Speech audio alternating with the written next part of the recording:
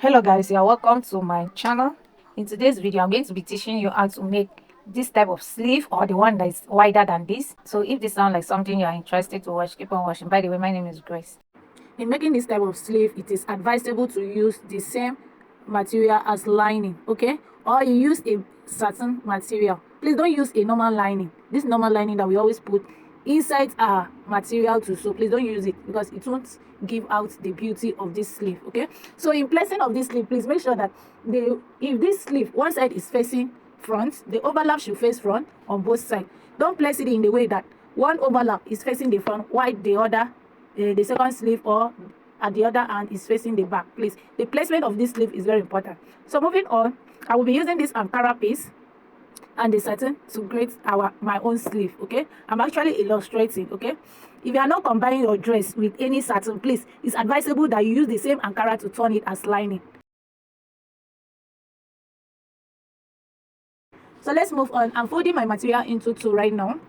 After folding, I'm measuring the width of my sleeve, or I'm measuring my armhole measurement. My round armhole measurement is 14 divided into 2 is 7.5, so I add half inch to that. So on fold I'm marking 8 inch. Okay, on fold I mark it 8 inch.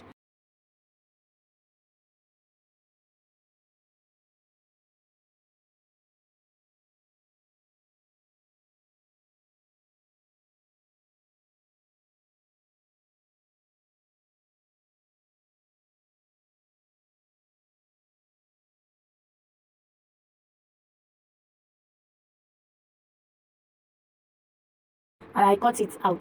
So this is the exact measurement I'm going to be working with. At the top of this sleeve, I come down with 1 inch. This 1 inch is my starting line. So from this starting line, I'm coming down with 3.5 inch. If you want the gathers to be much at that shoulder line, you can come down with 4 inch or 4.5 inch for the gathers, for you to have much or plenty of gathers effects.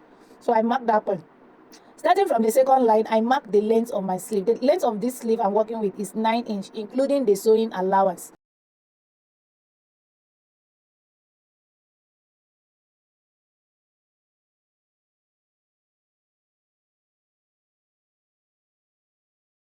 And from this second line, I'm giving at the center of it, you can have from the center of this my sleeve, you can measure 2 inch to be a guide. And from that 2 inch point, I'm giving a slanted edge to curve out our armhole.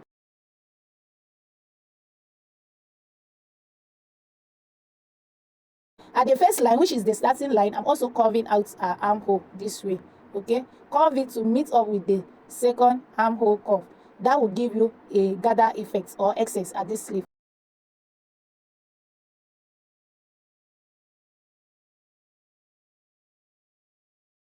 I'm measuring my elbow measurement, my round elbow measurement. Please work with your exact measurement. Okay, my round elbow measurement is 13 inch. So 13 divided into 2 is 6.5.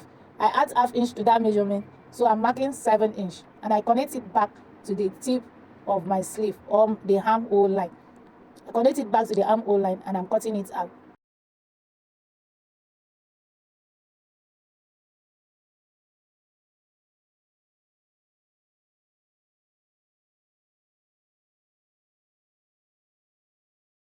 So moving on, open up your sleeve this way. At the center of it, take note of the center of it, because we fold it and it's a paper, we have the crease line. So at the center of it, at the bottom of it, I mark 4 inch. From the center of it, at the down of my sleeve, I mark 4 inch.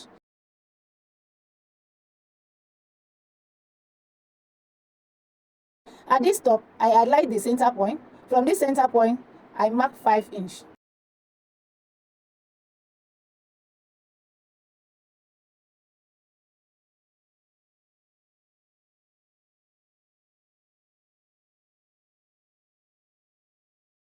From this center point, I mark 9 inch. This 9 inch I'm marking is how long I want the sleeve, or how open I want the sleeve to be. This 9 inch, guys, is not a standard. You can decide if you really want this sleeve to be very open. Please make use of 6 inch. Okay, 6 inch or 7 inch is perfect if you really want it to be open, the mouth to open. Okay, for me, I don't really want it to open like that, so I make use of 9 inch and I cut it out. Curve it like this, connect the 3 point like this, connect your 3 point like this and cut it out.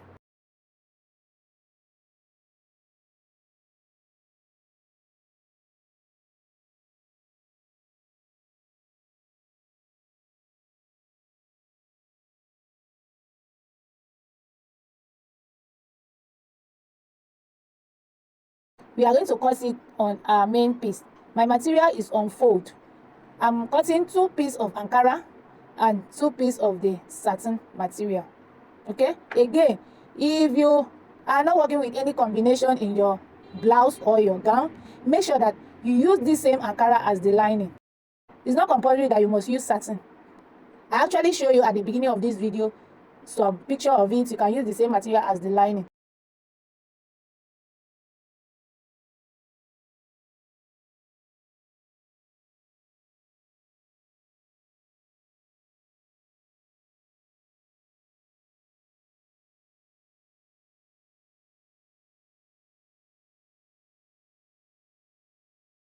So moving on, I've cut out my 4 piece.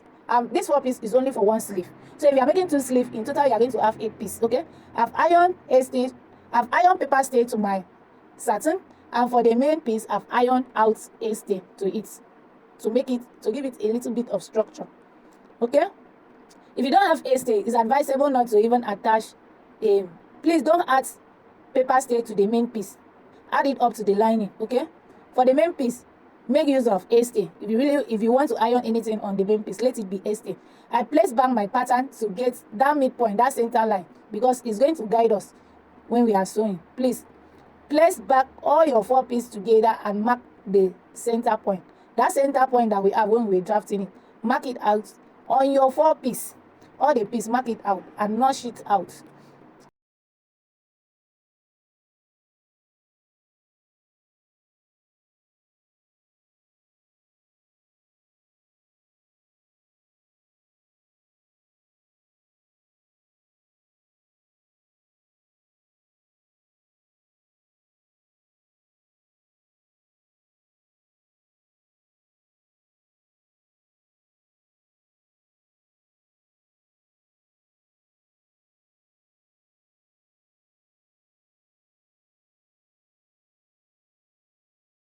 So after that, we are going to move on to the sewing part of it.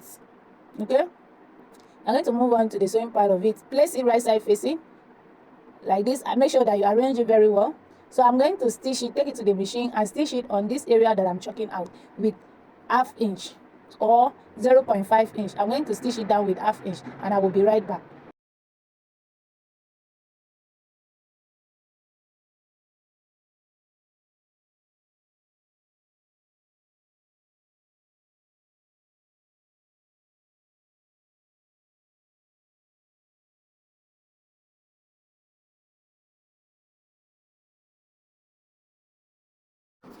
After stitching it out, this is what we have.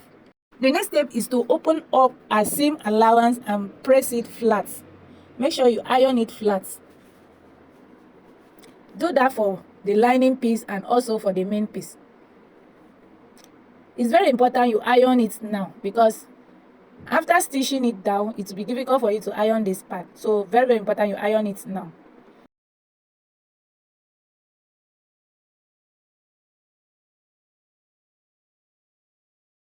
After ironing it like so, I'm going to place it back right side facing, and I make sure that the seam allowance are lined. The seam allowance on the lining and on the main piece are lined. I'm going to stitch down like so. This area that I'm chalking out, I'm going to stitch it down. And after stitching it down, I will be right back.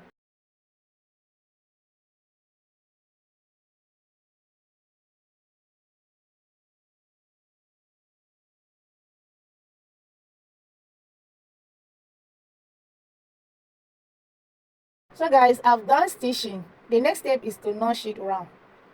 Ensure that you give that little notch, but make sure you don't cut your stitch. Notch it out in the way that you don't cut out your stitch.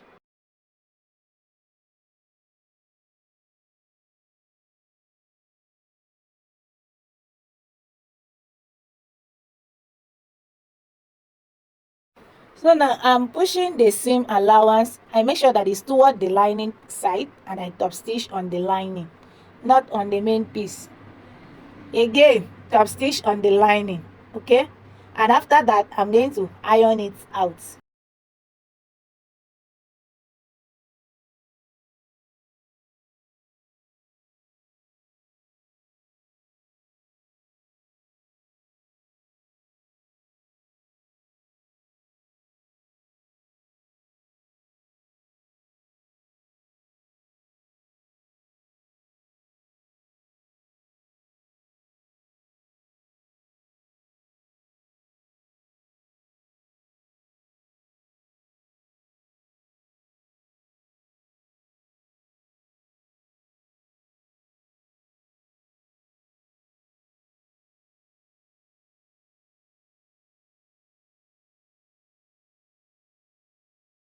After ironing it out, I'm going to take it to the machine, make sure that they actually align. I'm going to stitch it down at this top part of it. So guys, I've done stitching it down, and I'm also taking note of that center line. Ensure that you don't miss out. That's why we notch it. Take note of the center line, because this is the area we need it most. Now I'm going to cross the top part of it like so, making sure that the two notch align is very important. Cross it like so and make sure that the two notch align. Then arrange the remaining edge and stitch it down. Make sure that the notches meet together and you stitch it down. And after stitching it, look at what we have. Look at the inside, is very clean and beautiful. The front piece is also clean and beautiful. The next step I'm to do now is from the center of the sleeve, that is this part that will go to the armhole. I'm measuring 8 inch. I measure the 8 inch on both sides. So the little excess that is there at the top, I'm going to pleat it. Okay, that is how to do it. That is how to go about it. Measure around your armhole. If your armhole is 9 inch, measure around from the center of it, this part that gets to the armhole, you measure it round like so, and you measure it again 9 inch on both sides, and take the point, mark it out, the excess, pleat the excess, and that will give the buggy effect and very beautiful. Thank you so much for watching till the very end. See you all in my next video. Bye.